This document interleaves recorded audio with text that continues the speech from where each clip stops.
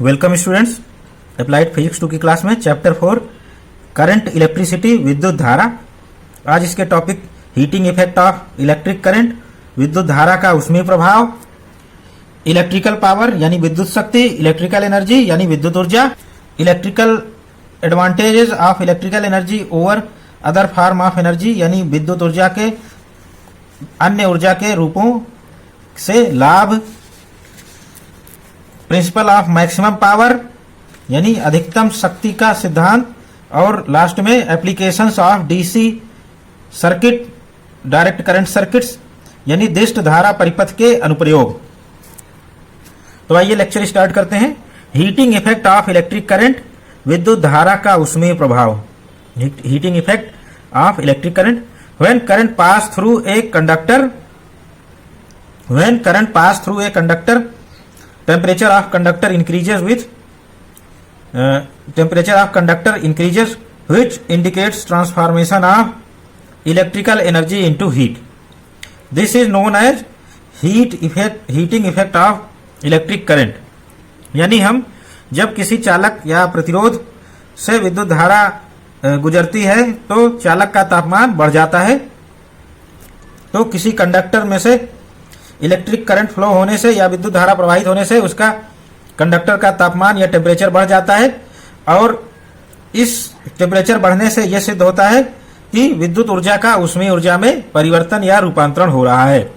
तो हमारी विद्युत ऊर्जा ऊष्मीय ऊर्जा यानी थर्मल एनर्जी में कन्वर्ट हो रही है, और इसे ही हम धारा का ऊष्मीय प्रभाव कहते हैं।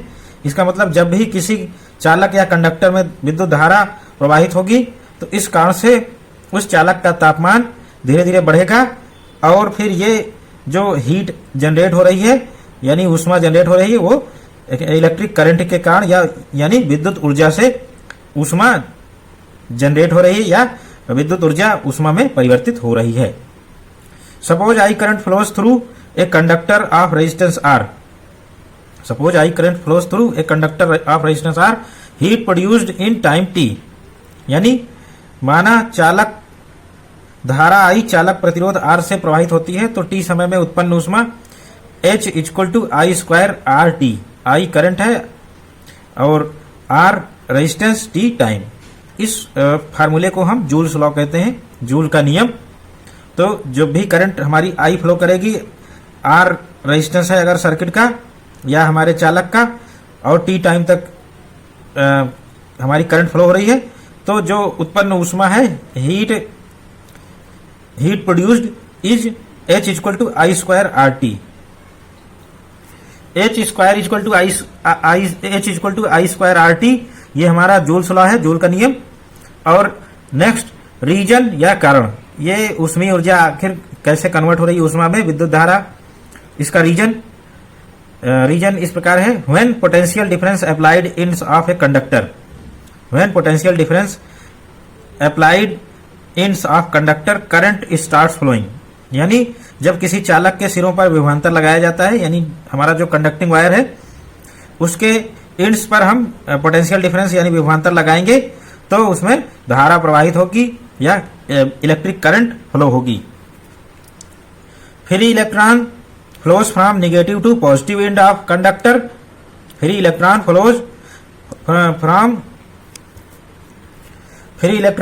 flows from negative to positive end of conductor due to force which is generated by electric field produced by potential difference।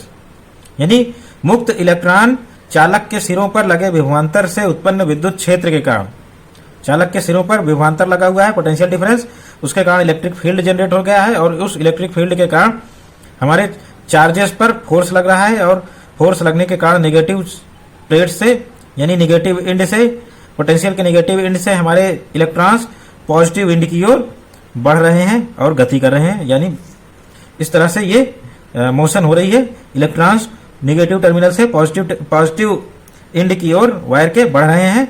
वो क्यों हो रहा है? क्योंकि पोटेंशियल डिफरेंस के कारण इलेक्ट्रिक फील्ड जनरेट हुई, और इलेक्ट्रिक फील्ड के कारण इलेक्ट्रिक फोर्स यानी कूलॉम फोर्स लगता है।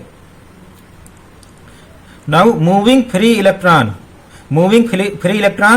collide with fixed atom, in moving free electrons in the way they collides with atoms fixed atoms in conductor they lose their kinetic energy, यानी electron lose their kinetic energy and transfer it to atom. After collision electron transfer its kinetic energy to atom. Since electron are under effect of acceleration, since electron are under effect of acceleration due to this potential difference, electric force is working. When electric force is working on electron is accelerated and electron is moving to negative to positive end of wire or conductor. Their velocity and kinetic energy raised again. Since electrons are under effect of acceleration of electric force, then their velocity and kinetic energy raised again and collide with other atom, and this process is continuously going on. यानी गति करते हुए मुक्त electron चालक के परमाणुओं से टकराते हैं. गति करते हुए इलेक्ट्रॉन चालक के परमाणुओं से टकराते हैं और इलेक्ट्रॉन अपनी गतिज ऊर्जा परमाणु को दे देते हैं. और चूंकि इलेक्ट्रॉन विद्युत क्षेत्र के कारण त्वरण में रहते हैं, इसलिए इनका वेग और गतिज ऊर्जा फिर से बढ़ जाती है और फिर ये किसी दूसरे परमाणु से फिर से टकराते हैं. बार बार इलेक्ट्रॉन किसी न किसी परमाणु से टकरा रहे हैं और अपनी ये गतिज ऊर्जा, इनकी गतिज ऊर्जा एटम को मिल जा रही है और फिर से चूंकि ये विद्युत क्षेत्र में रह रहे हैं इलेक्ट्रॉन, इस कारण इसमें त्वरण फिर से उत्पन्न हो जाता है, यानी इनका वेग और गतिज ऊर्जा फिर से बढ़ जाती है और फिर ये बार बार टकराते रहते हैं परमाणु से. Due to continuous collision temperature of atoms begin to rise. Due to continuous collision temperature of atoms begins to rise, thus temperature of conductor increases. यानी प्रत्येक परमाणु से असंख्य इलेक्ट्रॉन टकराते हैं, यह प्रक्रिया लगातार चलती रहती है. फलस्वरूप चालक का तापमान बढ़ जाता है. टक्कर से चालक का तापमान क्यों बढ़ता है?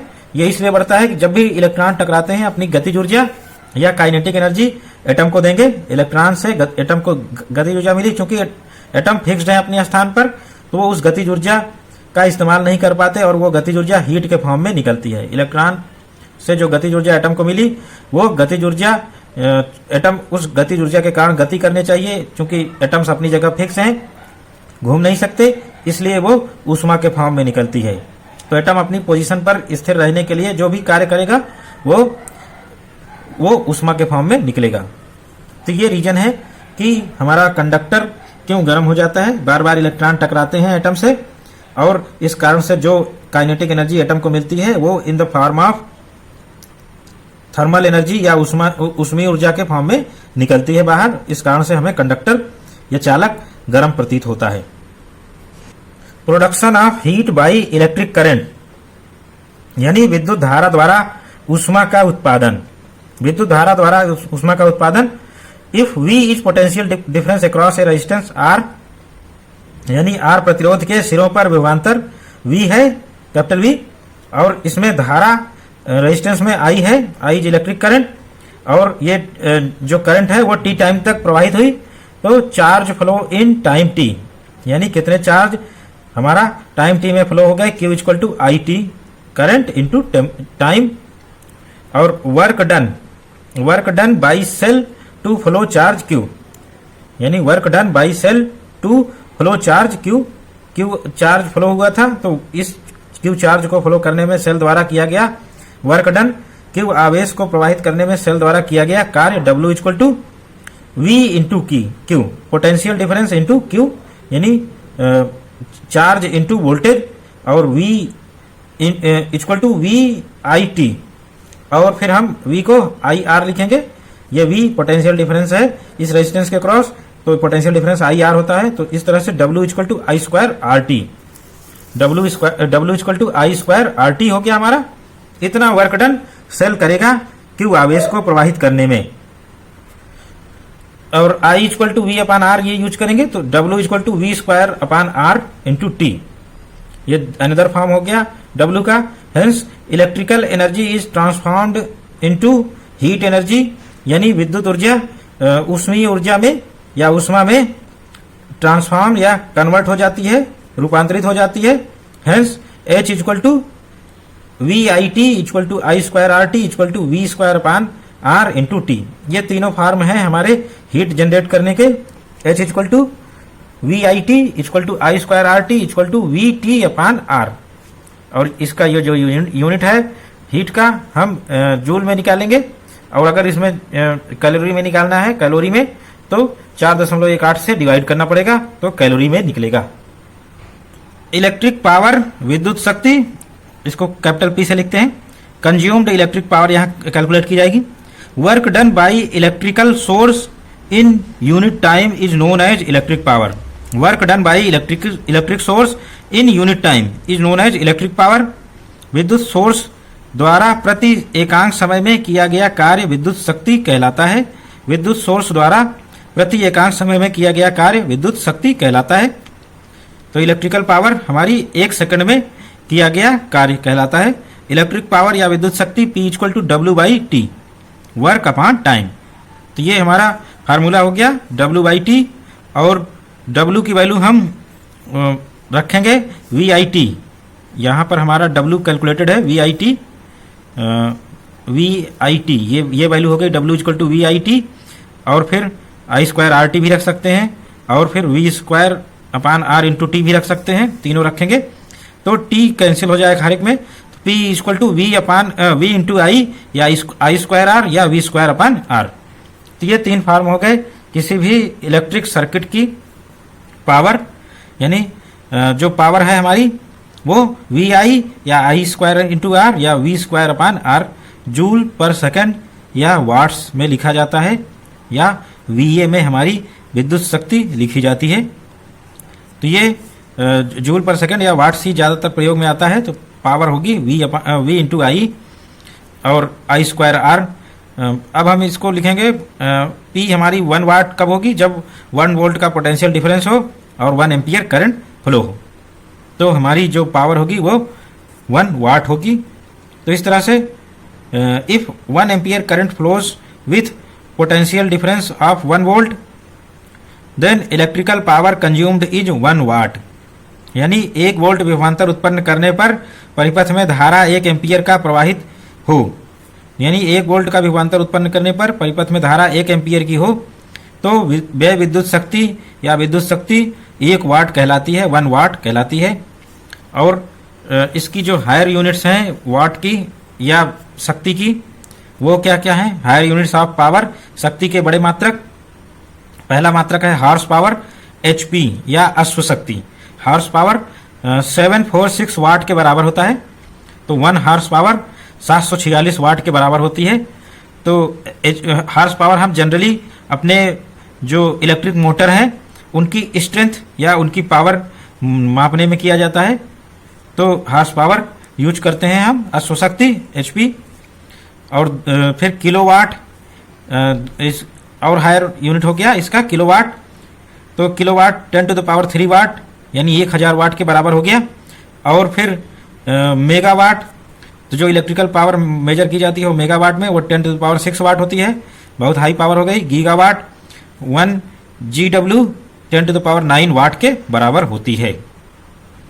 नेक्स्ट टॉपिक इलेक्ट्रिक एनर्जी, विद्युत ऊर्जा, इसको कैपिटल ई से लिखते हैं। Work done by source of electrical energy, work done by source of electrical energy for flow of electric current along a circuit, for flow of electric current along a circuit is called electric energy. विद्युत source के द्वारा परिपथ में धारा प्रवाहित करने के लिए विद्युत ऊर्जा के स्रोत या विद्युत स्रोत द्वारा परिपथ में धारा प्रवाहित या प्रवाह के लिए किया गया कार्य ही विद्युत ऊर्जा कहलाता है। हमारा इलेक्ट्रिकल एनर्जी क्या हो गया? इलेक्ट्रिकल पावर कैसे डिफाइंड था? Electrical power P equal to electrical energy E upon time, यानी E equal to P into T, और E हमारा P की वैल्यू VI रखेंगे तो E इक्वल टू VIT। तो ये हमारा इलेक्ट्रिक एनर्जी या विद्युत ऊर्जा आ गया। और इलेक्ट्रिक एनर्जी का जो यूनिट है जूल है, पावर का यूनिट वाट, और टाइम सेकंड, तो 1 joule equal to 1 watt into second. अब हम इलेक्ट्रिक पावर मेजरमेंट में, विद्युत ऊर्जा मेजरमेंट में आते हैं। Commercial unit of electrical energy या electric energy, commercial unit of electric energy, विद्युत ऊर्जा का व्यावसायिक मात्रक। विद्युत ऊर्जा का व्यवसायिक मात्रक यूनिट कहलाता है या kWh। तो 1 kWh equal to 1 kilowatt into 1 hour, यानी 1 किलोवाट और इंटू 1 घंटा। तो ये हमारा जो है 1 kWh यूनिट कहलाता है। तो इस तरह से वाट सेकंड छोटी यूनिट हो गई विद्युत ऊर्जा मापने की, किलोवाट घंटा ये बड़ी यूनिट हो गई, और फिर 1 किलोवाट घंटा, किलोवाट आवर ये किसके बराबर हो गया, 1 किलोवाट इंटू 1 आवर, यानी 1 किलोवाट इंटू 1 आवर यानी 1 घंटा। तो किलोवाट घंटा को हम किलोवाट आवर को kWh लिखते हैं शॉर्ट फॉर्म में। If electrical instrument of 1 kilowatt power, if electrical instrument of 1 kilowatt power operates for 1 hour, electrical energy consumed is 1 kilowatt hour. Electrical energy is consumed 1 kilowatt hour. अतः यदि 1 kilowatt विद्युत शक्ति का 1 kilowatt विद्युत शक्ति का उपकरण 1 घंटा कार्य करे, 1 किलोवाट विद्युत शक्ति का उपकरण 1 घंटा कार्य करे, या इसको 1 घंटा हम बिजली से संचालित करें विद्युत से, तो व्यय होने वाली विद्युत ऊर्जा 1 किलोवाट आवर यानी 1 किलोवाट घंटा होती है, और 1 किलोवाट घंटा यानी 1 kWh को ही हम 1 यूनिट कहते हैं, 1 यूनिट कहते हैं। 1 यूनिट इक्वल टू 1 kWh। तो यदि 1 किलोवाट यानी 1 किलोवाट पावर का विद्युत शक्ति का ऑपरेटर्स हमारा 1 घंटे तक बिजली से चलाएं, तो वो 1 यूनिट बिजली यानी 1 kWh बिजली खर्च कर डालेगा, 1 यूनिट उसमें खर्च हो जाएगी। इस तरह से 1 किलोवाट यूनिट 1 यूनिट बिजली खर्च करने के लिए हमें, अगर हमारे पास 2 किलोवाट का ऑपरेटर्स है, तो 2 किलोवाट का ऑपरेटर्स उसको आधे घंटे में ही खत्म कर देगा, आधे टाइम में ही हमारी बिजली 1 यूनिट खत्म हो जाएगी। Next, conversion of 1 kilowatt our into joule, यानी kWh को हम जूल में कन्वर्ट कर रहे हैं। तो जूल में कैसे कन्वर्ट करेंगे, पहले किलोवाट को हम जूल पर सेकंड में कन्वर्ट करें, यानी वाट में 10⁻³ वाट यानी जूल पर सेकंड, और आवर को हम सेकंड में बदलेंगे, 60 इंटू 60 सेकंड हो गया जूल पर सेकंड, और सेकंड मल्टीप्लाई हो जाएगा, सेकंड कट जाएगा, जूल बचेगा, 3.6 इंटू 10⁻6 जूल। तो ये 1 kWh या 1 यूनिट हमारा 3 इंटू 10⁻6 जूल ऊर्जा के बराबर हो गया। तो किसी सर्किट में अगर 3.6 इंटू 10⁻6 जूल ऊर्जा खर्च हो रही है, तो उसमें जो व्यय विद्युत शक्ति है, तो व्यय ऊर्जा विद्युत ऊर्जा हमारी 1 किलोवाट आवर या 1 यूनिट बिजली इसमें खर्च हो गई। तो इस तरह से 1 यूनिट बिजली खर्च करने के लिए हमारे जो इलेक्ट्रिकल सर्किट है उसको किया गया कार्य 3.6 इंटू 10⁻6 जूल कार्य करना पड़ेगा। कैलकुलेशन ऑफ किलोवाट आवर यानी kWh का कैलकुलेशन, किलोवाट घंटा यूनिट की गणना। तो टोटल कितने यूनिट हमारा विद्युत खर्च हुआ वो उसकी गणना करनी है, टोटल kWh यूनिट। तो ये इक्वल होता है पावर किलोवाट में into total hours h hour में। तो इस तरह से ये हमारी टोटल kWh टोटल यूनिटों की गणना हो जाएगी। टोटल यूनिट कितने होते हैं वो इस फार्मूले से कुल kWh या टोटल यूनिट निकाले जा सकते हैं। हमें इंस्ट्रूमेंट की पावर लिखनी होगी, सर्किट की पावर किलोवाट में, और कितने घंटे तक सर्किट हमारा बिजली से ऑपरेट हुआ है। तो इन दोनों का मल्टीप्लिकेशन, टोटल यूनिट कितनी खर्च हुई बिजली हमारी, टोटल kWh कितना आया वो निकल जाएगा। Next topic, advantages of electrical energy over other form of energy. विद्युत ऊर्जा के अन्य रूपों से लाभ। विद्युत ऊर्जा के अन्य रूपों से लाभ क्या क्या हैं, ये इस टॉपिक में हमें पढ़ने हैं। तो electric energy is most used energy in houses and commercial applications. Electric energy is most used energy in houses and commercial application, यानी विद्युत ऊर्जा घरों और उद्योगों में अत्यधिक प्रयोग होने वाली ऊर्जा होती है या ऊर्जा है। In view of production and usages, electrical energy या electric energy is better than other form of energy. In the view of production and usages, electric energy is better than another form of energy like energy obtained from petroleum materials, our car, bike इत्यादि। Energy obtained from coal energy obtained from coal, यानी उत्पादन एवं उपयोग की दृष्टि से हमारी विद्युत ऊर्जा अन्य दूसरे प्रकार की ऊर्जा जैसे पेट्रोलियम पदार्थों के दहन से प्राप्त ऊर्जा, कोयला दहन से प्राप्त ऊर्जा इत्यादि से श्रेष्ठ है। कैसे श्रेष्ठ है? अन्य ईंधन से जो ऊर्जा मिलती है उससे हमारा जो वायुमंडल है वो प्रदूषित होता है, और कोयला दहन से जो प्राप्त ऊर्जा है या पेट्रोलियम से जो दहन प्राप्त ऊर्जा है, क्योंकि इनके भंडार सीमित हैं, हमें कोयला और पेट्रोलियम के भंडार सीमित हैं, उनकी मात्रा जो पृथ्वी से निकाली जाती है वो सीमित है, वो कभी न कभी खत्म होंगे। तो इस लिहाज से हमारी विद्युत ऊर्जा ज़्यादा श्रेष्ठ है इनसे, और विद्युत ऊर्जा उत्पादन के जो साधन हैं उनके भंडार असीमित हैं। ये आगे चल के हम देखेंगे भाई।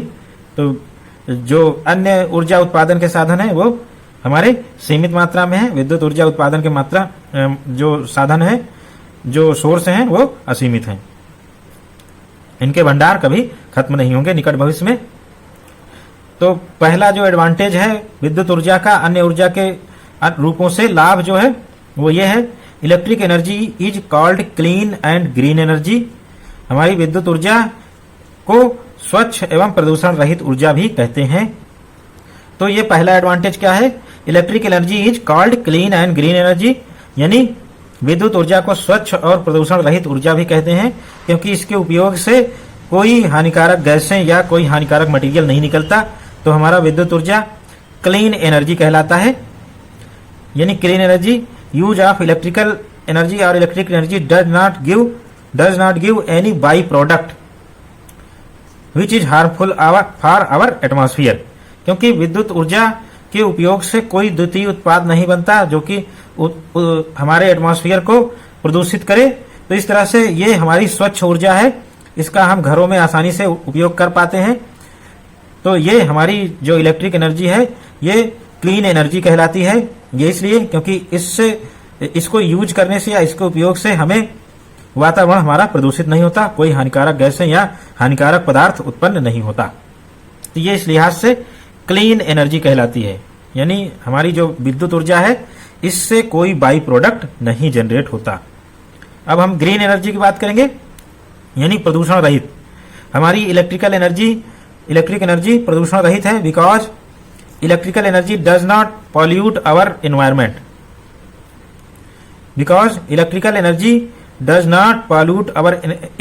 क्योंकि विद्युत ऊर्जा पर्यावरण में कोई प्रदूषण नहीं फैलाती।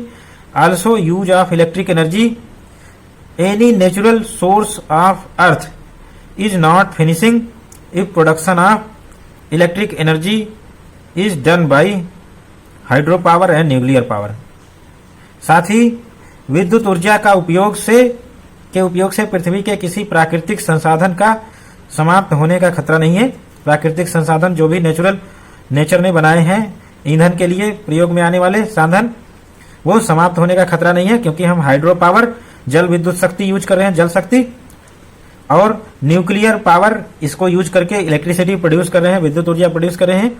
यानी यदि विद्युत उत्पादन जल शक्ति या नाभिकीय शक्ति द्वारा किया जाए तो जो हमारी एनर्जी विद्युत ऊर्जा है वो ग्रीन एनर्जी है, यानी इससे वातावरण को कोई नुकसान नहीं पहुंच रहा है।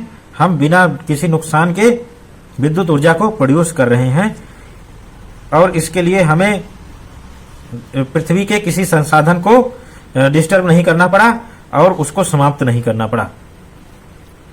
तो इस तरह से हमारी एनर्जी क्लीन एनर्जी तब कहलाएगी जब इसका कोई बाई प्रोडक्ट नहीं निकलेगा, यानी द्वितीय उत्पाद नहीं निकलेगा। और ग्रीन एनर्जी तब कहलाएगी जब इसके कारण हम इस ऊर्जा को प्रोड्यूस करने में हम पृथ्वी के वातावरण या प्राकृतिक संसाधन इन सबको डिस्टर्ब ना करें, इन सबको समाप्त ना करें।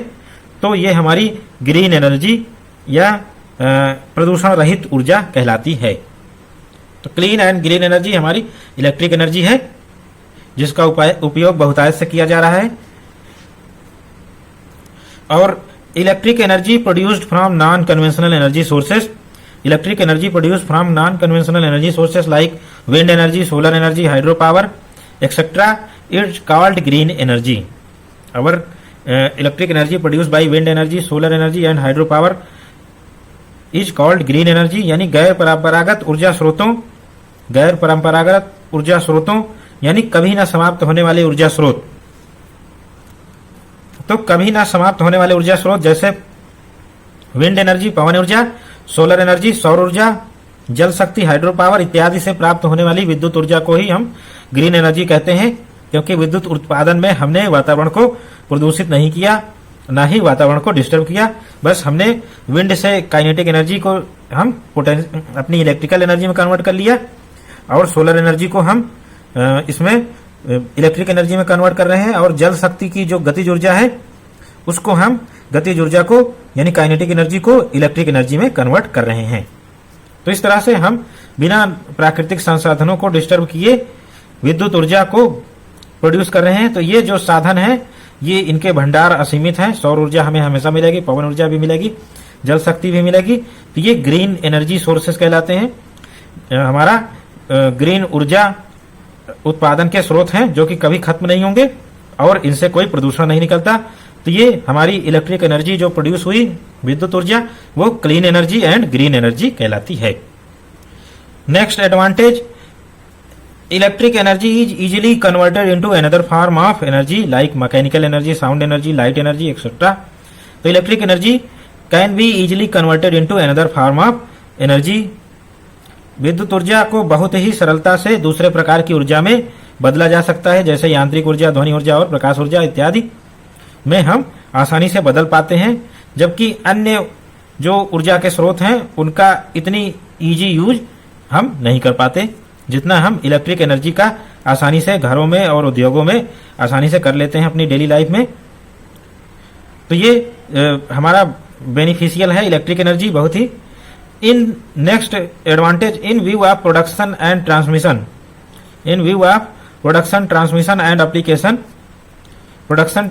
And application electric energy is cheap option, यानी विद्युत ऊर्जा उत्पादन, संचरण, उपयोग की दृष्टि से विद्युत ऊर्जा एक सस्ता विकल्प है, एक हमारा सस्ता ऑप्शन है।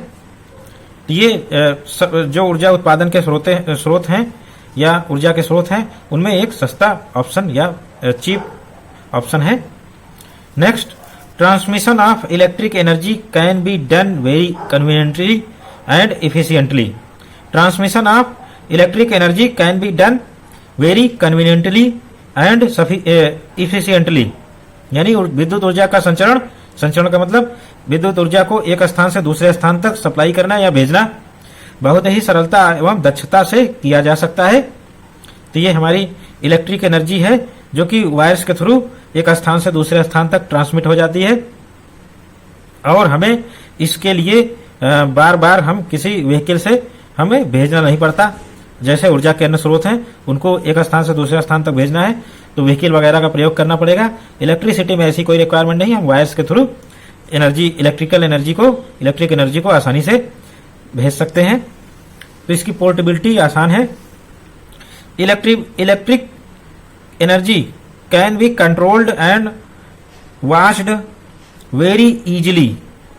Electric energy can be controlled and watched very easily, यानी विद्युत ऊर्जा का नियंत्रण एवं निगरानी रख पाना बहुत ही सरलता से किया जा सकता है। तो विद्युत ऊर्जा को आसानी से कंट्रोल भी कर सकते हैं और इसकी निगरानी भी रख सकते हैं सरलता से। तो ये हमारा फिफ्थ एडवांटेज यानी लास्ट एडवांटेज है। अब हम नेक्स्ट प्रिंसिपल पढ़ते हैं, प्रिंसिपल ऑफ मैक्सिमम पावर, यानी अधिकतम शक्ति का सिद्धांत। तो हमारे किसी भी सर्किट में अधिकतम शक्ति कब ड्रा होगी, मैक्सिमम पावर कब ड्रा होगी, ये प्रिंसिपल बताता है। अकॉर्डिंग टू दिस प्रिंसिपल यानी according to principle of maximum power, external resistance of circuit must B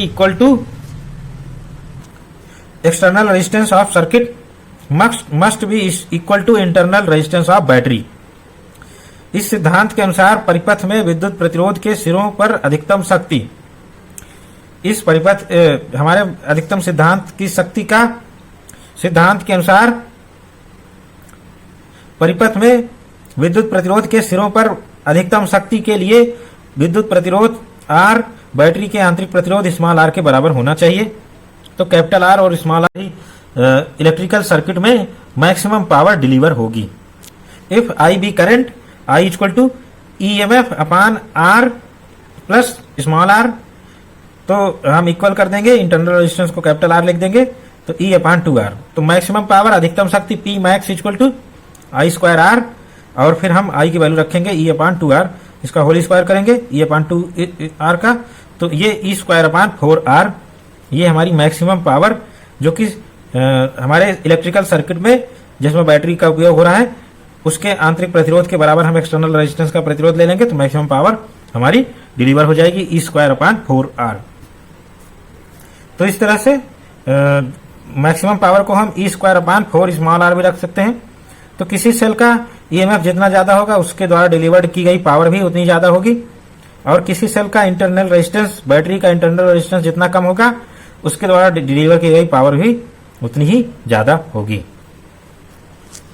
next topic की ओर बढ़ते हैं। नेक्स्ट टॉपिक है application of direct current circuit और डीसी सर्किट्स, यानी दिष्ट परिपथ के अनुप्रयोग। Application of direct current circuits, तो डायरेक्ट करंट सर्किट्स के बहुत सारे उपयोग हैं। आज के जीवन में इलेक्ट्रॉनिक्स बहुत आगे निकल चुकी है, तो इलेक्ट्रॉनिक्स के हर फील्ड और हर उपकरण में हमारे डीसी सर्किट्स यूज हो रहे हैं। जैसे हमारे मोबाइल हैं, मोबाइल में सभी सर्किट डीसी सर्किट हैं। हमारा चार्जर एसी को डीसी में कन्वर्ट करके हमारी बैटरी को चार्ज करता है, और बैटरी से जो भी फंक्शन हो रहे हैं हमारे मोबाइल में सब डीसी से ही हो रहे हैं, डीसी सर्किट से ही हो रहे हैं। तो डीसी करंट्स का हमारे निजी जीवन में और हमारे उपकरणों में बहुत ही अत्यधिक महत्व है। तो डीसी सर्किट एक्चुअल में है क्या? A DC circuit is a circuit, DC circuit is a circuit in which source of constant voltage और constant current. DC circuit is circuit in which a source of constant voltage and constant current with a load, our voltage should be constant and current be constant, with a load of conversion of electrical energy are connected with each other।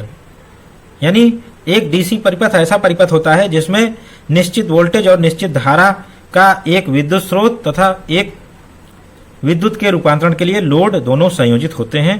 तो ऐसा circuit हमारा विद्युत परिपथ कहलाता है।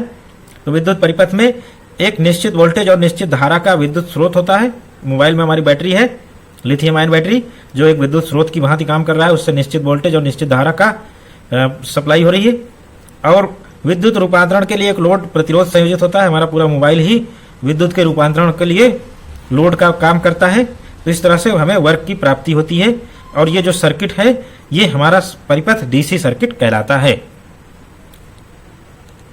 तो ऐसे circuit जिसमें निश्चित वोल्टेज और निश्चित करंट की सप्लाई किसी बैटरी या सेल द्वारा दी जाए तो वो सब डीसी सर्किट कहलाता है।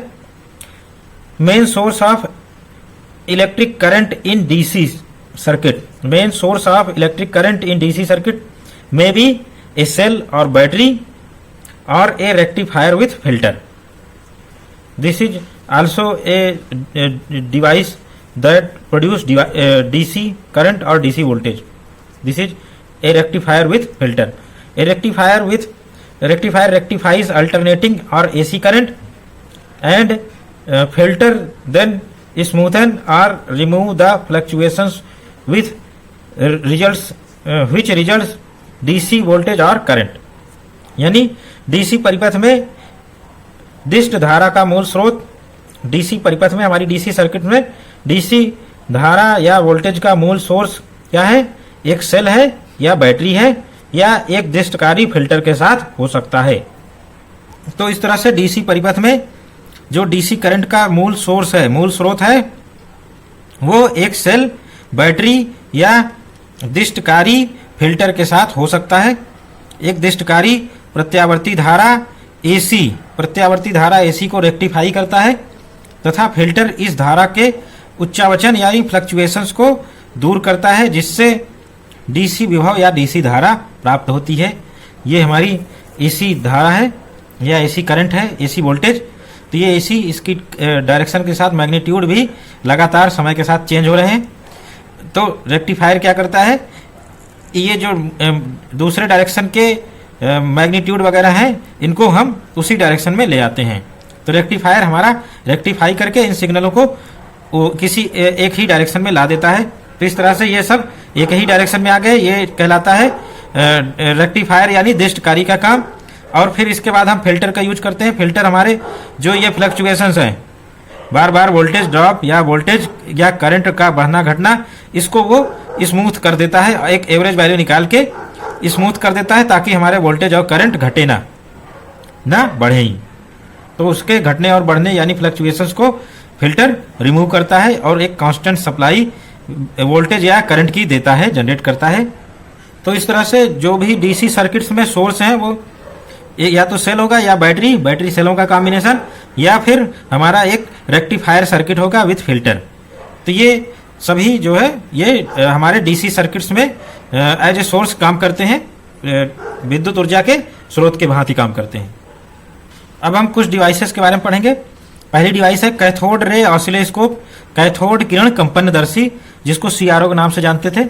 ये बहुतायत से पहले यूज होती थी, अब इसका उपयोग बहुत ही कम है। कैथोड रे ऑसिलोस्कोप या कैथोड किरण कंपनदर्शी, it produce electron beam upon heating.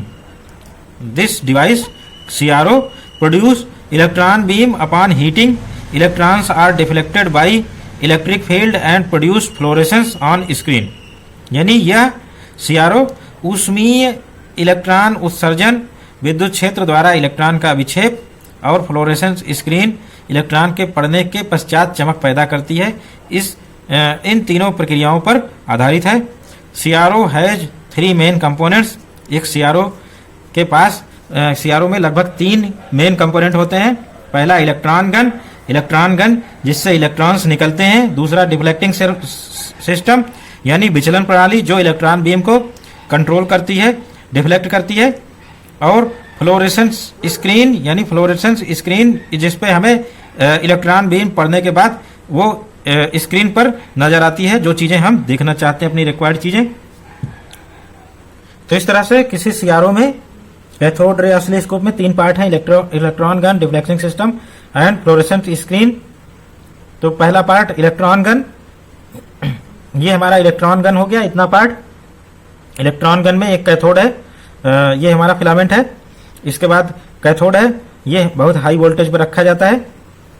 और जो कैथोड है वो हमारा फिलामेंट है वो 6 वोल्ट DC से चल जाता है और कैथोड से इलेक्ट्रॉन इजेक्ट होते हैं। इलेक्ट्रॉन इजेक्ट होकर यहाँ एनोड 1 और एनोड 2 इनके द्वारा एक्सिलरेट होते हैं। और यहाँ पर ग्रिड भी है, एक जाली लगी हुई है जिससे इलेक्ट्रॉन कंट्रोल्ड होते हैं। इलेक्ट्रॉनों की संख्या हम कंट्रोल करते हैं ग्रिड की मदद से।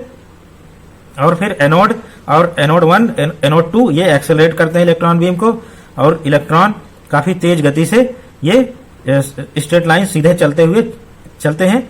और ये पूरा चूंकि वैक्यूम है हमारा, ये पूरा CRO वैक्यूम है, यानी इसमें काफी उच्च निर्वात प्रयुक्त करते हैं हम। तो इसकी सारी गैसेस निकालकर निर्वात कर दिया जाता है। इस कारण से इलेक्ट्रॉन के माध्यम में कोई भी एटम टकराने के लिए नहीं है, तो इलेक्ट्रॉन फ्रीली एक्सेलरेट होते हैं। और फिर यहाँ इलेक्ट्रॉन गन से इलेक्ट्रॉन बीम हमारी निकलती है और ये डिफ्लेक्टिंग सिस्टम में पहुंचती है विचलन प्रणाली में। विचलन प्रणाली में हॉरिजॉन्टल प्लेटें होती हैं। तो ये पहली वर्टिकल प्लेटें हो गई X और Y हॉरिजॉन्टल प्लेटें हो गई। तो इनसे हम बीम को कंट्रोल करते हैं। तो इस तरह से इलेक्ट्रॉन गन का काम हमारा एक इलेक्ट्रॉन बीम प्रोड्यूस करना है। इलेक्ट्रॉन बीम को हम डिफ्लेक्शन सिस्टम से गुजारते हैं।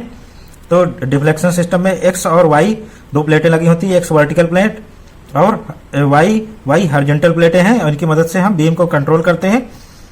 और फिर ये हमारी फ्लोरेसेंट स्क्रीन है। इस स्क्रीन पर हमें आउटपुट दिखाई देता है और इलेक्ट्रॉन बीम जैसे ही इसमें टकराती है फ्लोरेसेंट स्क्रीन पर, इसमें जिंक सल्फाइड की कोटिंग होती है, उसके कारण फ्लोरेसेंस होता है, यानी इलेक्ट्रॉन के टकराने से जिंक सल्फाइड से की कोटिंग से प्रकाश निकलता है। और फिर हमें रिक्वायर्ड जो इससे काम लेना है वो हम ले सकते हैं XY प्लेटों के इनपुट के द्वारा। हम CRO is mainly used to view wave form of electrical signal. CRO is mainly used to view wave form of electrical signal, यानी इलेक्ट्रिकल सिग्नल हमारे AC सिग्नल जो भी हैं या DC सिग्नल, इनके वेव फॉर्म देखने हैं तो उसको हम Y प्लेट पर प्लेट के क्रॉस लगा देते हैं और हमारा वेव फॉर्म दिख जाता है। Also used in television at old age, यानी सीआरओ का प्रमुख उपयोग या प्रमुख रूप से विद्युत सिग्नल के दृश्यकारी यानी विजुअल सिग्नल में परिवर्तित करने में किया जाता है। तो यह हमें इलेक्ट्रिकल सिग्नल को विजुअल सिग्नल में यह कन्वर्ट करता है, जो कि यहाँ स्क्रीन पर हमें दिखाई देता है। और इस सीआरओ का टेलीविजन में भी पहले बहुतायत से उपयोग किया जाता था। अब टेलीविजन में सीआरओ का उपयोग नहीं किया जाता है। सीआरओ पुरानी डिवाइस हो चुकी है। अब हमारे पास एलईडी और एलसीडी हैं, जिनकी मदद से हम टीवी देखते हैं। तो हमारी दूसरी डिवाइस टेलीविजन है। पहली सीआरओ की स्टडी कर चुके। Television TV television is operated with AC supply. Television is operated with AC supply, but more than 90% of its internal combination of electronic circuit, more than its 90% of internal combination of electronic circuit are operated with DC current। यानी television AC power supply से संचालित होता है, लेकिन जबकि इसके भीतर 90% से अधिक छोटे छोटे विद्युत परिपथ डीसी से संचालित होते हैं। तो इस तरह से टेलीविजन में डीसी पार्ट मैक्सिमम है, डीसी सर्किट, और वो डीसी सर्किट से चलता है। Using backlighting technique on screen, using backlighting technique on screen by using cold crystal fluorescence lamp, CCFL in form of very small DC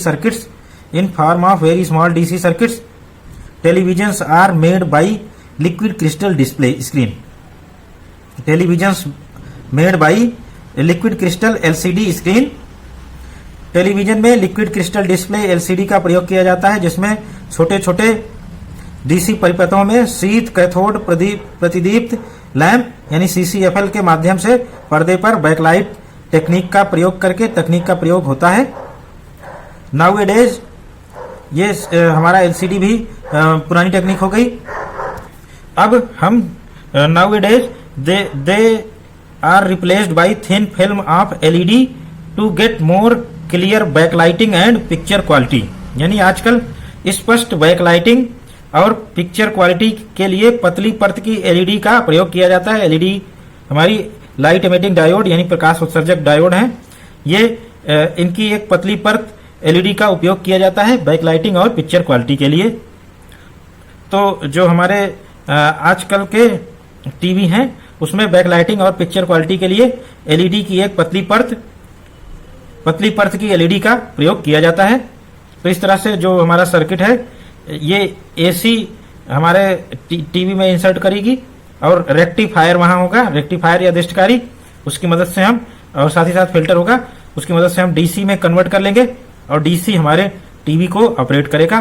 तो इस तरह से जो भी हमारे टीवी आजकल है उसमें मैक्सिमम जो है वो डीसी का ही प्रयोग होता है। तो टीवी में हमारे पास एसी एडाप्टर होता है, जो कि एसी जो हमारे घरों में एसी सप्लाई है उसको डीसी में बदलकर फिर इसके बाद टीवी में हम डीसी को भेजते हैं, तो हमारा टीवी ऑपरेट होता है या चलता है। थर्ड एप्लीकेशन पर आते हैं, जो कि ऑडियो वीडियो सिस्टम है। तो हमारा ऑडियो वीडियो सिस्टम भी डीसी सर्किट्स पर ही और डीसी करंट्स के द्वारा संचालित होता है। नाउएडेज cell phone is an important electronic device which we use in our daily life। यानी आजकल हम सेल फोन एक महत्वपूर्ण युक्ति है जिसको अपने प्रतिदिन के जीवन में प्रयोग करते हैं। Its main component cell phones main source of energy. Cell phones main source of energy is battery by which its audio and video DC circuits are operated। Thus main source of energy is battery by which audio video DC systems are operated of our cell phone। When battery is discharged, it is recharged by an adapter working as AC to DC converter। Our battery is charged by an adapter working to AC to DC converter। यानी आजकल cell phone एक महत्वपूर्ण युक्ति है जिसे हम अपने प्रतिदिन के जीवन में प्रयोग करते हैं। इसकी ऊर्जा का मुख्य स्रोत हमारा जो सेल फोन, इसको विद्युत ऊर्जा चाहिए, इसका मुख्य स्रोत बैटरी है, जिससे सेल फोन के ऑडियो व वीडियो डीसी परिपथ चलते हैं। तो इस तरह से हमारी जो फोन की बैटरी है उसी से इसके ऑडियो और वीडियो परिपथ चलते हैं और आउटपुट में हमें ऑडियो और वीडियो सुनाई और दिखाई देता है। बैटरी के निरावेशित होने की दशा में, बैटरी के डिस्चार्ज या निरावेशित होने के कारण की दशा में उसे एक डीसी स्रोत के रूप में प्रयुक्त एक दिष्टकारी एडाप्टर, यानी डीसी सोर्स के रूप में प्रयुक्त एक दिष्टकारी एडाप्टर द्वारा हम आयोजित फिर से कर लेते हैं। तो इस तरह से ये हमारी बैटरी फिर से चार्ज हो जाती है एडाप्टर के द्वारा, जो कि एसी को डीसी में कन्वर्ट करके हमारी बैटरी को चार्ज या आवेशित कर देता है। इस तरह से हमारा जो एडाप्टर है उसका वर्क है AC to DC conversion and then controlled charging of battery by cell phone. और इसी हम डीसी सप्लाई से ही बैटरी की कंट्रोल्ड चार्जिंग करते हैं बाय सेल फोन। एंड फिर बैटरी से हमारी जो डीसी सप्लाई सेल फोन को मिलती है उससे हमारे ऑडियो और वीडियो सिस्टम दोनों रन करते हैं और हमें मनचाहा आउटपुट मिलता है। Fourth application, computer system. जो हमारे कंप्यूटर सिस्टम है वो इनके मेन पार्ट जो होते हैं वो सब डीसी सिस्टम से ही ऑपरेट होते हैं, डीसी सर्किट से ही ऑपरेट होते हैं कंप्यूटर सिस्टम के अंतर्गत। और कंप्यूटर सिस्टम जिस सप्लाई से ऑपरेट होता है, computer system is operated with UPS, uninterruptible power supply. This is called UPS to get a constant and uninterrupted power supply. Our UPS provide a constant and uninterrupted power supply for computer. एक computer में निश्चित और निर्बाधित power supply के लिए उसे एक UPS से जोड़ा जाता है। Working of UPS, when UPS works in normal mode, when UPS works in normal mode, that is our AC power supply is on, and AC current first converted into DC by rectifier, and AC current first converted by into DC by rectifier, and then this DC circuit is applied to battery for charging. This DC circuit is applied for battery charging and an inverter circuit simultaneously, which produce output for computer system. This inverter circuit produce output for computer system. यानी UPS के normal mode में काम करते समय एक दिष्टकारी युक्ति के माध्यम से, नॉर्मल मोड में ये यूपीएस काम कर रहा है, एक दिष्टकारी युक्त रेक्टिफायर सिस्टम से हम एसी करंट को डीसी करंट में परिवर्तित करते हुए, एसी को डीसी में परिवर्तित करते हुए, डीसी को हम जो हमारी डीसी करंट मिली है उसको इन्वर्टर पर भी आरोपित करते हैं और साथ ही साथ बैटरी पर भी आरोपित करते हैं। बैटरी जिससे चार्ज हो जाती है और इन्वर्टर से आउटपुट निकलता है और जो कि कंप्यूटर सिस्टम को ऑपरेट करता है या चलाता है। इस तरह से दोनों प्रोसेस एक साथ यूपीएस मोड में होते हैं। बैटरी भी चार्ज होती है, output for computer system generated, जिससे हमारा कंप्यूटर सिस्टम चलता है। Second situation, when AC power supply is suddenly of. हमारी एसी पावर सप्लाई अगर ऑफ हो गई तो इस केस में UPS starts work in battery mode. UPS starts in battery mode and DC power from charged battery automatically connect to inverter. DC power supply from battery directly connected to automatically connected to inverter, and then we get output for computer system. From inverter we get output for computer system, जिससे computer चलता है। जब mains AC mains ना होने की दशा में हमारा यूपीएस बैटरी मोड में आ जाता है।